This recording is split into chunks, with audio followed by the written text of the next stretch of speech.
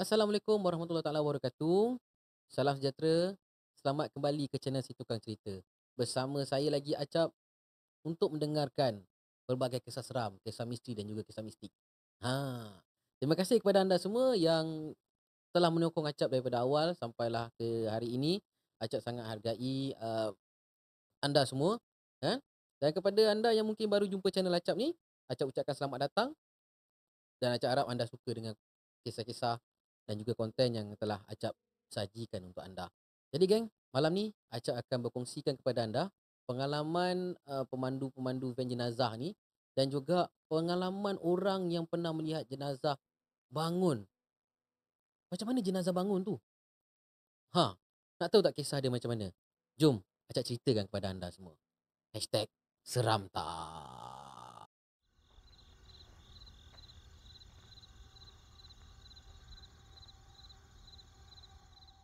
Alright geng, kisah yang pertama ni terjadi kepada Abang Man. Abang Man ni dia seorang pemandu van jenazah dan pada satu hari dia telah ditugaskan untuk menghantarkan satu jenazah lingkungan dalam 70-an usia jenazah tu lah. Waktu dia meninggal tu, dia hantarkan ke utara tanah air. Cerita dia macam ini geng. Masa tu lebih kurang dalam pukul 11 malam lah si Abang Man ni bersama dengan anak lelaki dia Azman. Ha, nama dia Man, nama anak lelaki dia Azman. Okay. Uh, Pergi ke perkarangan bilik mayat di sebuah hospital di utara tanah air lah. Kan? Dia nak bawa jenazah tu ke rumah keluarga dia. Rumah si arwah ni lah. Katanya terletak di Alostar Kedah. Dan jenazah ni dikatakan telah 2 minggu terlantar dekat hospital dan akhirnya meninggal dunia di hospital lah. Jadi setelah selesai urusan dokumentasi, selesai semua macam-macam urusan yang berlaku di bilik mayat di bahagian forensik ni, dan jenazah tersebut lalu dimasukkan ke dalam van dan bermulalah tugas Abang Man dengan anak dia si Azman ni. Saja je si Abang Man ni nak bawa si Azman ni kan. Kerja tu kerja fardu kifayah kan. Kerja yang mulia, jadi dia nak ajar kat anak dia ni macam mana nak buat kerja-kerja macam ni. Okey, memandangkan perjalanan ke sana tu tak begitu jauh, jadi Abang Man ni tidaklah tergesa-gesa. Dia bawa van macam biasa, relax kan. Mujur juga hari tu keadaan jalan raya lengang kan, cuaca pun agak baik. Dan akhirnya Abang Man ni sampai dekat destinasi lebih awal daripada apa yang telah dirancangkan. Baik. Sebaik saja kenderaan yang Abang Man ni pandu sampai ke perkarangan rumah arwah ataupun rumah waris pada arwah ni, Abang Man ni nampaklah ramailah tetamu dah tunggu arwah dekat rumah dia kan. Saudara mara dah sampai, anak-anak semua dah balik kan. Semuanya muka sugul, sedih kerana kehilangan orang yang mereka sayangi, mereka cintai kan. Jadi si Abang Man ni pun bersegeralah bawa jenazah ni naik ke atas dengan dibantu oleh ahli-ahli keluarga semua kan. Dan jenazah ni dibawa letak di ruang tamu dan dimaklumkan akan dikebumikan keesokan paginya. Alright. Jadi bila dah selesai bawa jenazah ni semua dekat ruang tamu apa kan, Abang Man ni pun minta dirilah dengan tuan rumah. Kan dia cakap, "Bang, tuan, saya minta diri dululah. Kerja saya pun dah selesai kan. Ini pun dah larut malam ni." Okeylah. Jadi dia pun bertolak balik. Jadi sebelum diorang terus balik ke rumah, diorang singgah dekat satu warung dekat kampung tu. Dekat kampung si arwah ni untuk membasahkan tekak, mengalas perut kan sebab daripada tadi pun tak makan lagi. Jadi diorang diorang lepak situ, lepak makan. Dan masa dia tengah lepak dekat warung tu geng, uh, orang dekat warung tu pandang je diorang ni. Macam ada sesuatu yang tak kena ataupun mungkin diorang tertanya-tanya lah, jenazah siapa yang saya yang Abang Man ni hantar tadi kan. Kan? Nak tahulah siapa yang meninggal apa benda semua. Jadi diorang duk pandang je, tanya pun agaknya malu nak bertanya kot kan. Okey. Jadi lepas Abang Man dengan Azman ni makan, dia pun bayarlah harga minuman, harga makanan tu semua. Dan kemudian mulalah nak bergerak balik. Okey gang. Kat sini dah sampai seram dia Baru 10 minit perjalanan.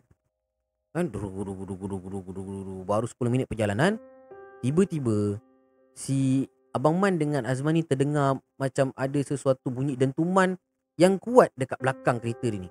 Kedekang. Si Abang Man ni pun dengan drive terkejut lah. Bawa kita macam mengelempar sikit lah kan. Bah, bunyi apa tu bah? Uish, tak tahu. Kejap. Abang berhenti tepi. So, dia berhenti, tekan brake. Dia tak turun daripada kereta lah. Dia just tengok belakang. Nak pastikan tak ada apa-apa yang pelik berlaku kat belakang lah. Dan dia tengok, dia ingatkan mungkin pengusung ke, ataupun ada botol air ke, ataupun ada barang-barang yang jatuh lah daripada keranda kat belakang ni kan. Jadi bila dia tengok balik, tak ada apa pun yang berlaku. Okey lah, tak apalah. Dah puas hati, check apa benda semua. Abang Man dengan Azman ni pun sambung perjalanan mereka. Okey lah, jalan balik. Jalan tak sampai beberapa minit perjalanan mereka tu, kedegang. Dengar lagi bunyi berdentum dekat belakang van dia orang ni. Kali ni bunyi dia lagi kuat. Kedegang gitu.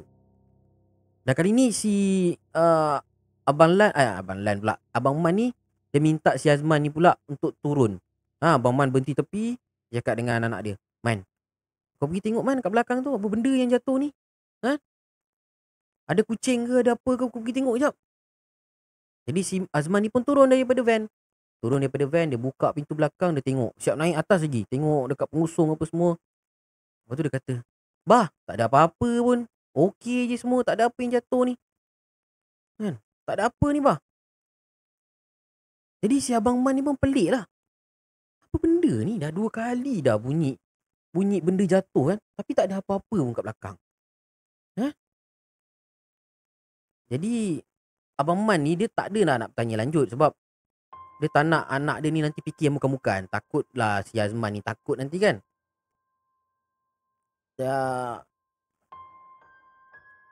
Jadi Abang Man ni pun teruskan lagi perjalanan.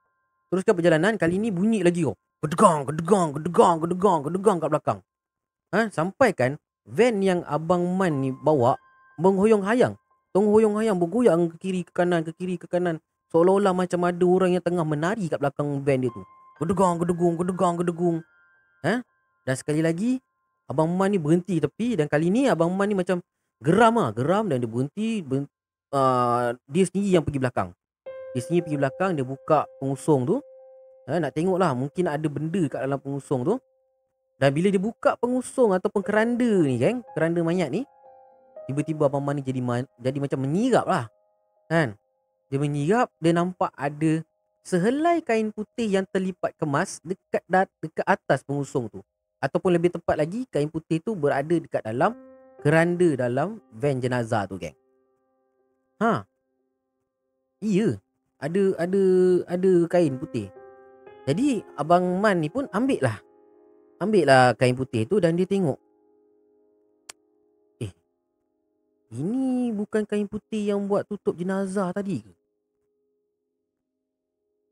Bukan ke tadi dah buat tutup jenazah? Kenapa dia ada kat sini pula? Rasanya tadi masa naik hantar jenazah ke atas, kain putih ni dah lipat-lipat letak dekat tepi jenazah dah. Kenapa boleh ada kat sini lagi ni? Pelik Abang Man ni, kan? Padahal tadi dia yang turunkan, dia lipat-lipat letak dekat tepi jenazah. Kenapa sekarang ni kain tu masih ada lagi kat dalam van jenazah dia?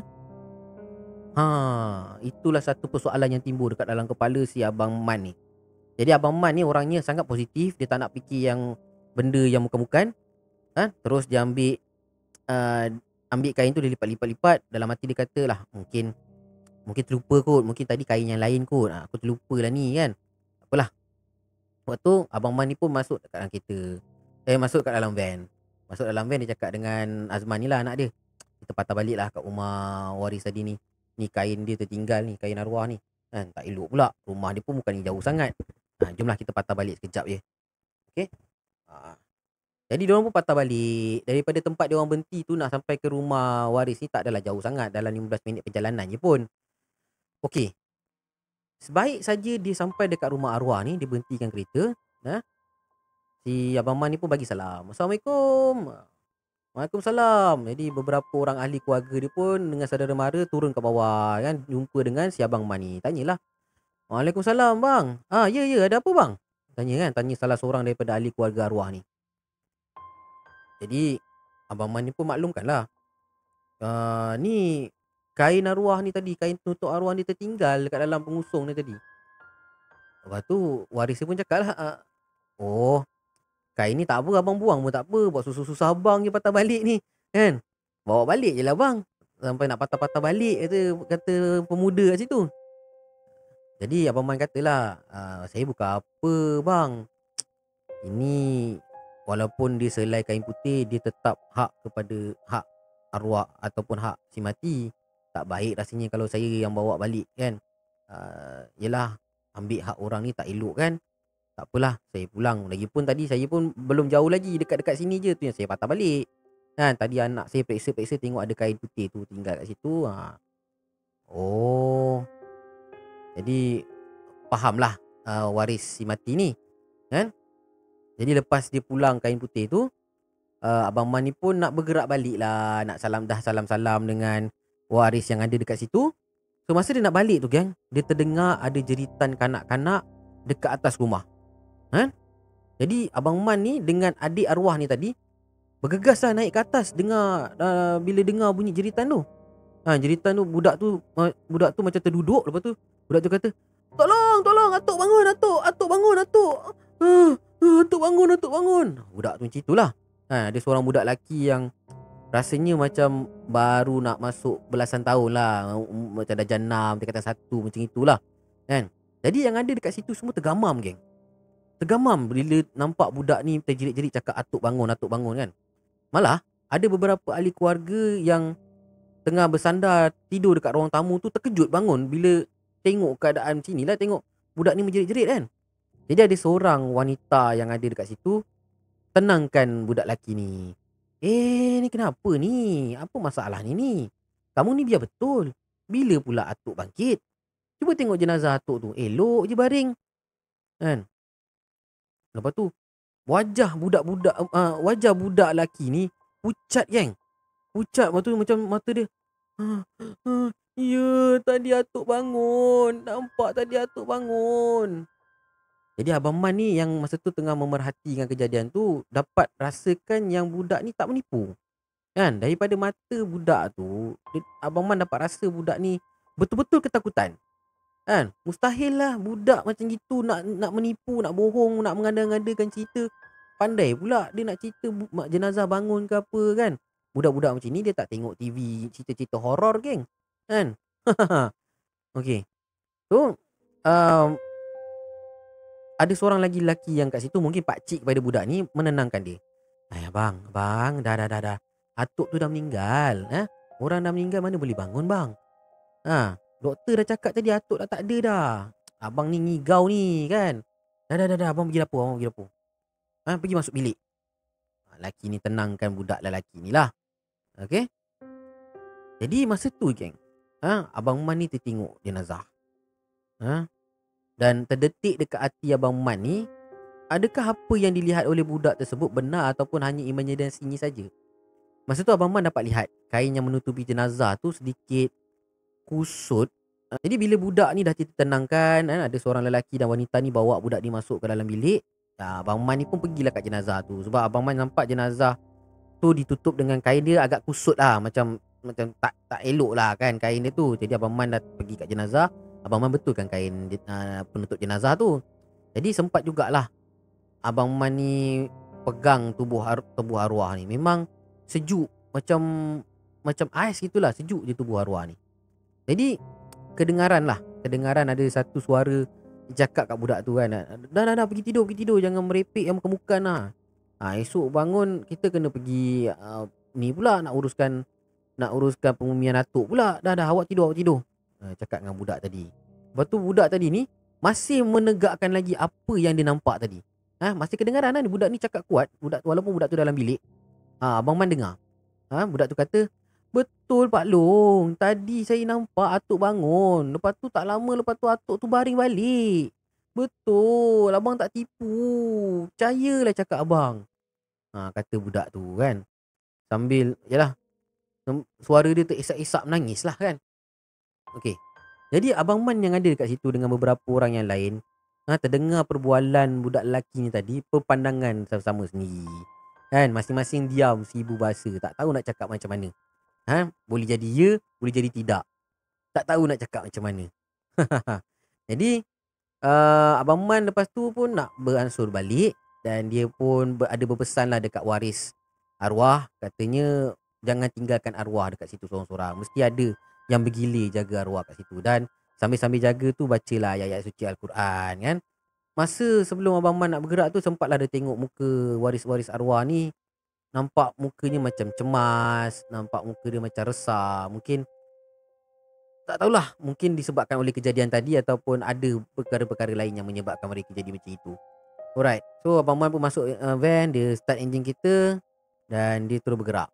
Ha? Jadi Abang Man masa memandu balik tu dia lega lah. Lega bahasa balik tu tak ada apa-apa berlaku, dan sekurang-kurangnya dia tak tahu apa benda pun yang bergedang-gedang kat belakang tu. Kalau dia tahu benda kat belakang tu ataupun dia nampak benda tu lagi haru kan. Sekurang-kurangnya dia hanya dia dengar je bunyi gergang-gerdegung gitu. So begitulah kisah daripada Abang Man, si pemandu van jenazah.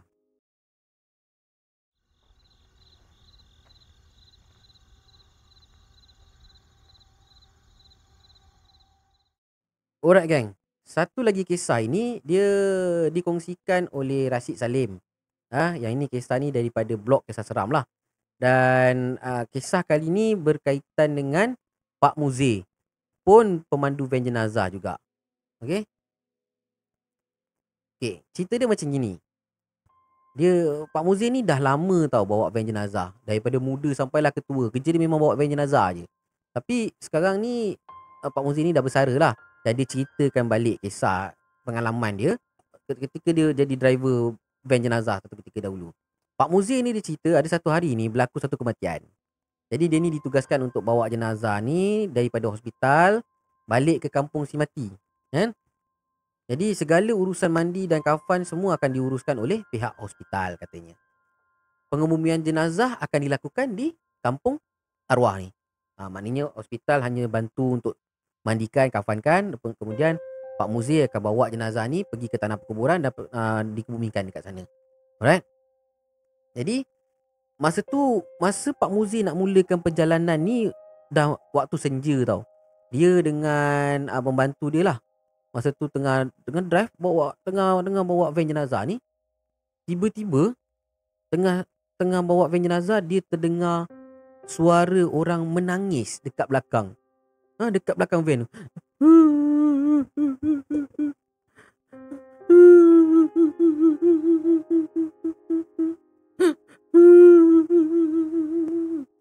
Dia kurang macam itulah kan bunyi nangis dia tu. Jadi pembantu Pak Muzi masa tu dia pertama kali ikut Pak Muzi ni, jadi dia pelik lah dengar bunyi kan. Lepas tu pemandu ni dia kata, "Pak Muzi, bunyi apa tu?" Dia tegur kan. Jadi Pak Muzi ni cepat cakap, kamu ni biarkan je, jangan tegur. Dengar apa-apa jangan tegur, istighfar banyak-banyak. Pak Muzi kata. Jadi Pak Muzi ni teruskan dah memandu kan. Memang si pembantu Pak Muzi ni rasa pelik lah kan. Sebab dekat belakang mana ada orang kecuali jenazah tu. Siapa pula yang nangis kat belakang ni? Jadi si pembantu pada Pak Muzi ni pun akhirnya diam kan. Lepas dia ditegur oleh Pak Muzi ni, dia pun diam lah. Biar je lah benda tu nak menangis. Dan tak lama kemudian, suara tangisan tadi yang teresak-esak ni diam membisu. Diam, tak ada apa-apa. Sunyi je kat belakang. Jadi si pembantu ni gelisah lah. Dia kata, siapa yang nangis tadi Mustahil lah orang yang dah mati nak menangis pula. Mesti ada benda lain yang ada kat dalam van ni. Pembantu dia tu cakap lah dekat Pak Muzi. Jadi bila Pak Muzi toleh ke belakang, sebaik habis dia cakap macam tu, Pak Muzi toleh ke belakang. Bila dia toleh ke belakang, lepas tu dia cepat-cepat dia paling rumah ke depan. Lepas tu dia cakap dengan pembantu dia, apa pun jadi, kau jangan tengok belakang. Pandang je depan, istighfar banyak-banyak. Apa jadi jangan pandang belakang. Terus pandang depan. Jangan pandang belakang. Jangan pandang belakang aku kata. Pak Muzi bagi amaran lah. Tapi geng, fitrah manusia kan. Fitrah manusia ni makin dilarang makin nak buat. Jadi pembantu dia ni tetap juga nak tengok kat belakang. Jadi dia pun pusing tengok kat belakang. Bila dia pusing ke belakang tengok, automatik geng, muka dia hilang darah. Pembantu van jenazah ni, pembantu kepada Pak Muzir ni, terketar-ketar pembantu dia ni. Mulut dia terkunci, tak tahu nak cakap apa dah. Kan? Lepas tu pembantu jenazah ni pun cemas lah. Kan?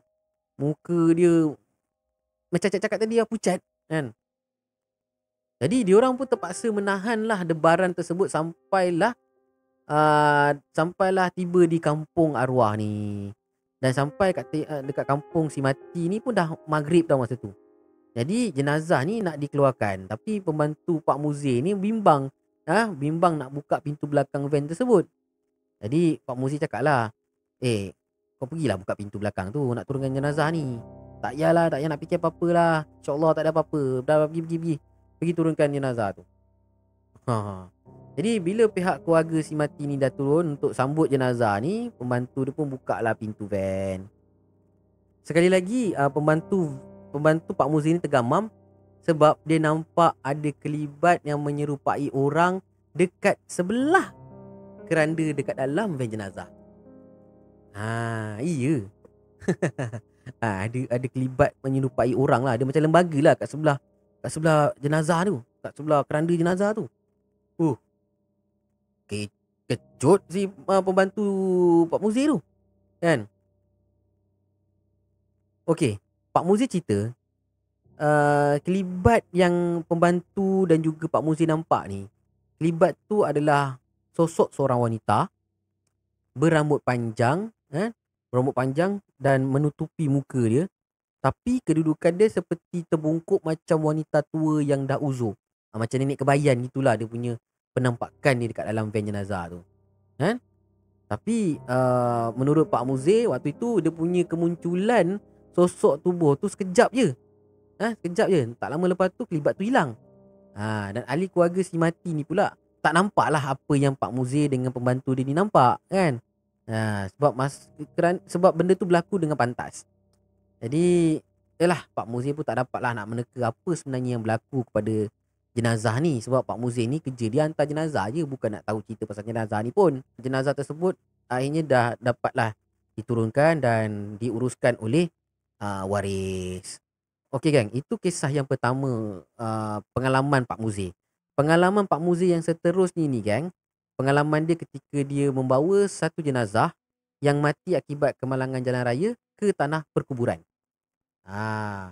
Perkebumian dia pula, perkebumian jenazah yang mati meninggal dunia ni dilakukan selepas waktu isyak. Maknanya waktu malam lah, waktu tengah malam. Jadi kerana ahli keluarga si mati ni nak selesaikan urusan tersebut secepat yang mungkin, malam tu juga dia orang nak kebumikan lah. Macam itulah lebih kurang cerita dia. Jadi disebabkan itu Pak Muzir melalui satu peristiwa yang pelik. Apabila sampai ke tanah perkuburan, jenazah dekat dalam keranda tak ada. Diorang ni heran. Pak Muzir heran. Jenazah dekat dalam keranda tiba-tiba hilang. Masa nak angkat tu ringan je. Cakap apa sah ringan sangat ni? Bila buka tak ada jenazah kat dalam tu. Sedangkan tadi masa dekat hospital, dia masa bawa masuk keranda tu, Pak Muzir yakin ada jenazah kat dalam keranda tu. Tapi ni tak ada. Jadi yang ada dekat situ macam pelik lah kan. Bang, mana jenazahnya? Tiba-tiba hilang pula ni, tak ada jenazah dalam ni. Jadi waktu tu orang yang ada kat tanah kubur tu semua pelik lah. Dengan Pak Muzir pun tengah-tengah lah masa tu, tak tahu nak jawab apa. Pak Muzir memang pelik lah sebab memang ada seorang lagi saksi, iaitu salah seorang ahli keluarga si mati pun ada dalam van masa tu. Masa masukkan jenazah tu memang dia nampak ada jenazah dekat dalam keranda. Ni tiba-tiba tak ada pula. Habis macam mana ni? Sumpah Pak Muzir ni tepuk dahi lah. Alamak, ni macam mana ni? Takkan terjatuh pula tengah-tengah jalan jenazah ni kan? Aduh, macam mana ni? Dia pening dah Pak Muzir. Tiba-tiba dia dapat panggilan daripada pihak hospital.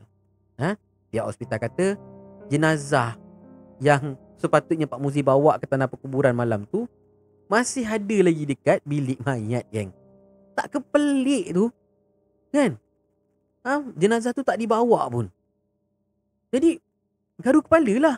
Yang waris dekat dalam van tadi pun garu kepala, Pak Muzi lagi lah garu kepala. Dua-dua gini garu. Ha. Habis tu yang diusung jenazah tadi tu siapa? Jadi nak tak nak Pak Muzi ni pun terpaksalah patah balik pergi hospital, bawa jenazah tu semula ke tanah perkuburan. Dan persoalan tu sentiasa bermain dalam fikiran Pak Muzi, sebab habis yang mereka usung bawa masuk dalam keranda masa mula-mula dekat hospital tadi tu, jenazah siapa? Macam mana boleh tiba-tiba gaib, hilang? Kan? Jadi menurut Pak Muzi, selepas tu diorang bawa semula jenazah yang sebenar ke tanah perkuburan, alhamdulillah lah semuanya dipermudahkan.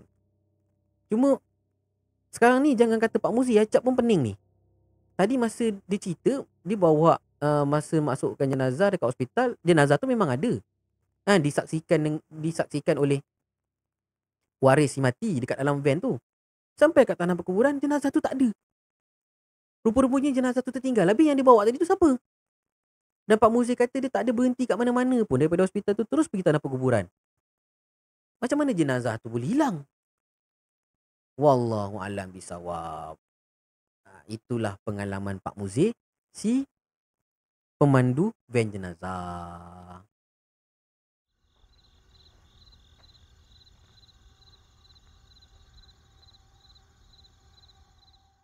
Alright gang, ini kisah yang ketiga. Tajuk cerita ni adalah Jenazah Bangun. Cerita ni ditulis oleh Nasha Bella yang Acap petik daripada blog Kisah Seram. Menarik juga cerita dia untuk Acap kongsikan. Okey, cerita dia macam ini gang. Cerita ni bukanlah kisah oleh Nasha Bella itu sendiri. Cerita ini ditulis oleh Nasha Bella. Cerita tentang pengalaman pakcik dia masa pakcik dia kecil-kecil dulu. Pakcik dia ni dia panggil Pak Teh. Pak Teh ni adik kepada ibu si Nasha ni lah. Sekarang ni Pak Teh dia dah umur 50 tahun. Dan pengalaman ini berlaku ketika usia dia, masa tu usia Pak Teh dia baru 10 tahun lah dia mengalami kejadian pelik ni. Lebih kurang cerita ni dah 40 tahun yang dulu lah. Okay. Kisah seram ni berlaku masa tu ketika ada salah seorang saudara tua dekat kampung tu meninggal. Dekat kampung si Bella ni lah. Dan dek kerana kematian tu berlaku dah petang kan. Masa tu dah nak senja. Jadi kampung dia pula masa tu belum ada lagi bekalan elektrik. Kata pakcik dia. Dia terpaksalah pengumumian tu dijalankan besok pagi lah. Malam-malam gelap, siapa nak nyangkul, tak nampak kan. Jadi masa tu Pak Teh si Nasha ni dia dengan sepupu dia. Sepupu dia ni macam budak dia tergejal sikit. Lepas tu dia bisik dekat telinga Pak Teh dia. Apa lagi? Mesti jenazah tu kena tidur kat rumah kita malam ni kan.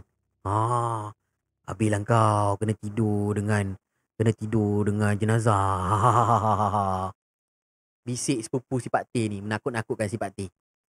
Jadi Pak Teh ni, Nasha kata Pak Teh ni dia memang terkenal sebagai orang yang penakut. Lepas tu Pak Teh ni pula lemah semangat kan, berbanding adik-beradik dia yang lain dan juga sepupu-sepupu dia yang lain ni memang lemah semangat sikit, penakut orangnya.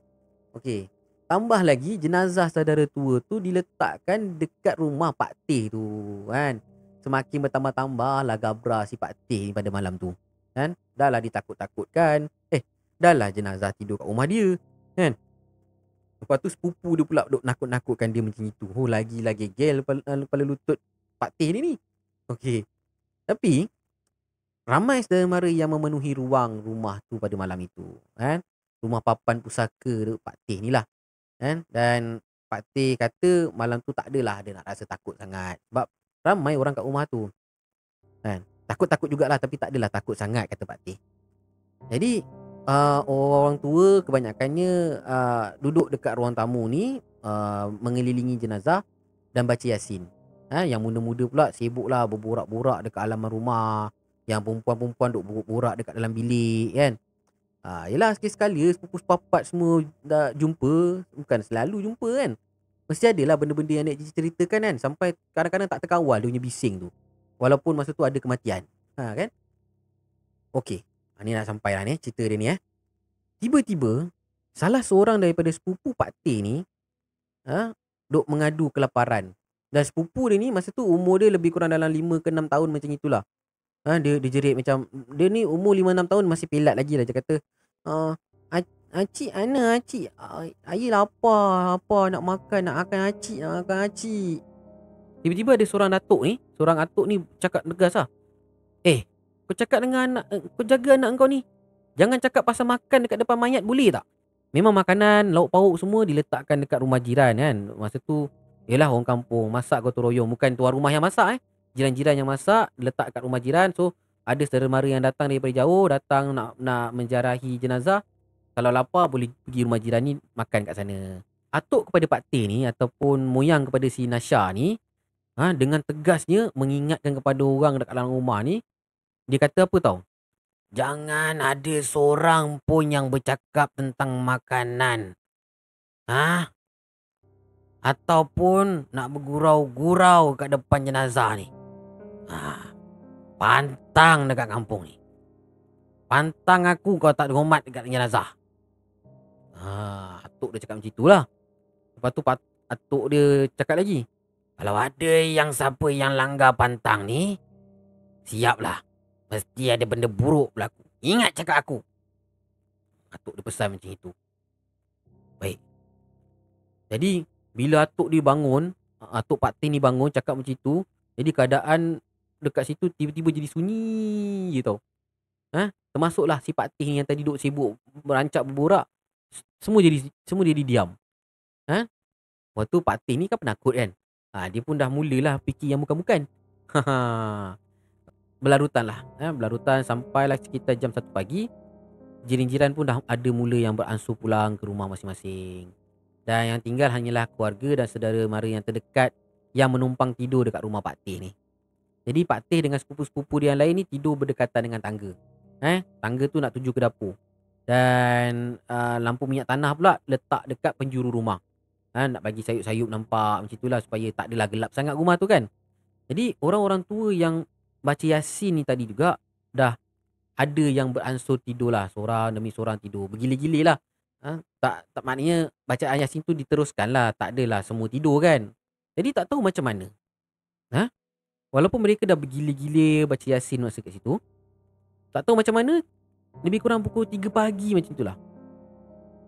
Si Pak Teh ni kata tak ada seorang pun yang berjaga. Semuanya tertidur. Semuanya terlelap. Jadi Pak Teh yang tidur betul-betul kat tepi tangga ni, tidur kat tepi tangga yang menuju ke dapur ni tersedar. Sebab dia terhidu sesuatu yang sangat-sangat busuk dan sangat-sangat hanyir. Jadi Pak Teh ni macam, bau hanyir, bau busuk ni Lepas tu dia terbangun dan nampak, semua orang dah tidur. Tinggalkan jenazah seorang-seorang ni macam itu. Jadi Pak Teh ni, apa yang bau busuk ni? Jadi dalam sama-sama lampu minyak tanah masa tu geng ekor mata Pak Teh ni menangkap pergerakan seseorang daripada arah belakang ni. Seseorang seperti sedang berbugil tanpa surat benang pun sedang menuju ke arah Pak Teh ni. Pak Teh tidur ujung sekali. Ada lagi sepupu-sepupu dia kiri kan sebelah dia ni. Dan makhluk tu yang Pak Teh nampak ni melangkah seorang demi seorang. Dia langkah sepupu dia sap menuju ke arah Pak Teh. Bermakna benda tu dia nak turun ke dapur. Jadi bila benda tu dah melangkah sepupu-sepupu Pak Teh ni sampailah ke giliran Pak Teh. Jadi Pak Teh ni pun pura-pura tutup mata dia kan. Sambil dia tahan bau wangi tu kan. Macam bau mayat yang terendam dekat dalam air. Bau dia macam itulah. Jadi tiba-tiba masa Pak Teh tengah gigit-gigit tutup mata dia ni kan, berpura-pura tidur tu, tiba-tiba geng, benda tu bersuara tau. Benda tu bersuara, aku tahu kau seorang yang tak tidur. Kau jangan nak buat-buat tidur. Aku tahu. Benda tu cakap macam itu geng. Jadi bila Pak Teh kena macam itu, dia macam berhenti kejap. Dia macam kenal suara ni tau. Pak Teh macam kenal suara tu. Jadi Pak Teh ni yang tengah tu tutup mata, tutup hidung, dan air mata dia meleleh-leleh lah masa tu, tahan takut. Walaupun Dia kenal suara tu, tapi dia tetap tetap takut sampai nangis-nangis je, kan. Kemudian dia nampak lembaga tu pelan-pelan turun tangga, terus pergi ke dapur. Jadi Pak Teh ni buka mata sikitlah. Ha, dia memberanikan diri untuk buka mata dan dia dapat lihat dengan jelas lembaga tersebut sedang menyelongkar sisa-sisa makanan dekat dalam besin dekat dapur. Rupa-rupanya ada yang bawa balik sisa-sisa makanan daripada rumah jiran ni dalam besin letak kat dapur untuk ditanam besok pagi. Dan dekat situlah Pak Teh nampak lembaga ni tengah selongkar-selongkar sisa-sisa makanan dan dia makan sisa makanan tu macam bunyi krak krak nyam nyam. Jelas Pak Teh nampak yang lembaga tadi ni tengah lahap makan. Kan? Daripada suara dan susuk tubuh lembaga tersebut yang membelakangi Pak Teh tu, Pak Teh yakin. Pak Teh yakin itu adalah merupakan jenazah Tok Pandak yang baru je meninggal maghrib tadi ni. Yang tengah berbaring dekat atas tadi tu, jenazah Pandak. Dan sekarang ni, Pak Teh nampak, pakcik dia tu tengah duk makan kat bawah ni. Makan sisa makanan pula tu. Bukan dia dah meninggal ke Pandak? Tok Pandak ni. Dia panggil, Pak Teh panggil tu adalah Tok Pandak lah. So untuk pengetahuan semua, Tok Pandak ni meninggal sebab dia tergelincir. Jatuh masuk dalam perigi kat belakang rumah dia. Kan? Selepas beberapa jam tu lah, barulah anak dia jumpa dia dekat dalam perigi tu. Sebab tu lah Pak Teh ni dia dapat bau macam bau yang basah, bau mayat terendam benda semua. Sebab itulah. Jadi lepas dia makan tu dia pusing balik. Dia pusing balik menghadap ke arah Pak Teh dan lembaga Tok Pandak Pak Teh ni jalan pelan-pelan naik tangga dan kembali semula ke tilam nak balik semula ke tilam tempat jenazah dia diletakkan tadi. Kan? Dengan melangkah ke arah Pak Teh, langkah sepupu-sepupu dia ni tadilah. Kan? Lepas tu masa dia tengah melangkah Pak Teh ni tadi, sempat juga Tok Pandak tu bersuara tau geng. Kata dia apa? Jangan sekali-kali kau buka mulut pada yang lain-lain atas apa yang aku buat malam ni. Kalau kau berani buka mulut, nas kau.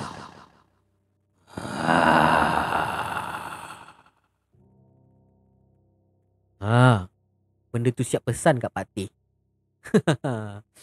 Ui, kau boleh bayangkan tak macam mana scary-nya benda tu.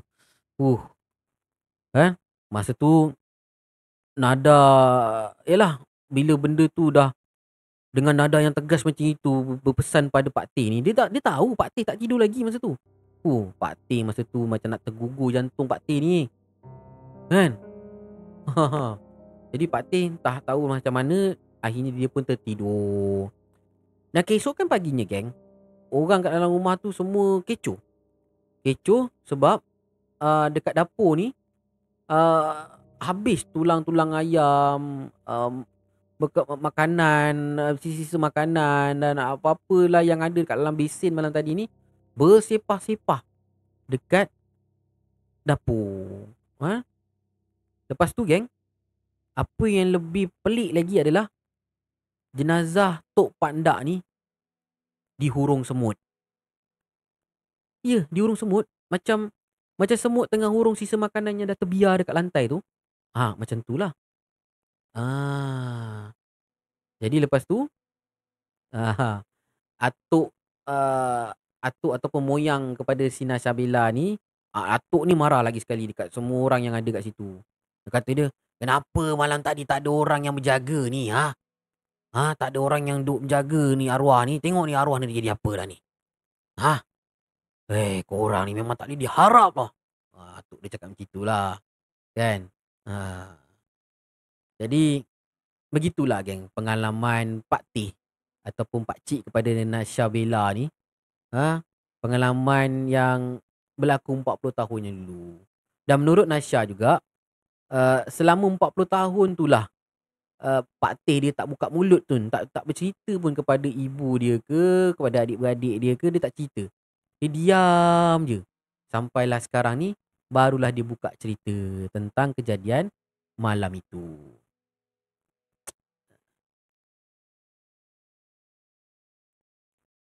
Jadi geng, begitulah kisah yang Acan nak kongsikan pada kalian malam ini. Ah, jadi geng, apa yang baik dalam cerita ni kita jadikan sebagai pedoman hidup kita. Mana yang tak baik dalam cerita ni kita jadikan sepadan dalam hidup kita, letak tepi-tepi, tak jauh-jauh. Dan apa yang pasti segala kejadian yang berlaku atas muka bumi ini adalah dengan izin Allah Subhanahu Wa Taala. Dia mampu nak buat apa-apa pun. Segala benda yang terjadi atas dunia ni tak mustahil untuk dia. Kan? Dengan kalau dia kata aku nak jadi macam itu, kun fayakun jadilah benda tu. Ha? Jadi kita sebagai manusia teruslah beribadat kepada dia, janganlah putus harap dan teruslah meminta perlindungan daripada Allah Subhanahu Wa Taala daripada anasir-anasir jahat, syaitan dan juga jin ni yang sentiasa berusaha untuk menyesatkan kita. Ah, okey geng. Jadi kepada anda semua yang nak berkongsikan kisah seram anda kepada Acap, tak ada masalah, boleh terus ke talian WhatsApp Acap di 0192523047 ataupun pergi ke laman web situkancerita.com. Dekat sana anda boleh kongsikan kisah-kisah seram anda dan boleh juga join Acap punya grup Telegram Pod Geng Remang dan semua description tu Acap ada sediakan dekat description box dekat bawah ni. So korang boleh klik link dekat situ dan teruskan menyokong Acap kan. Jangan lupa tekan butang subscribe, tekan juga butang loceng tu supaya kalian tak ketinggalan konten-konten Acap yang akan datang nanti. Alright geng, InsyaAllah kita akan berjumpa lagi dalam episod yang akan datang dengan kisah seram yang lebih banyak lagi, kisah seram yang lebih menarik lagi. Jangan lupa untuk terus menyokong Acap Situkan Cerita. InsyaAllah kita akan jumpa lagi. Assalamualaikum warahmatullahi taala wabarakatuh. #seramta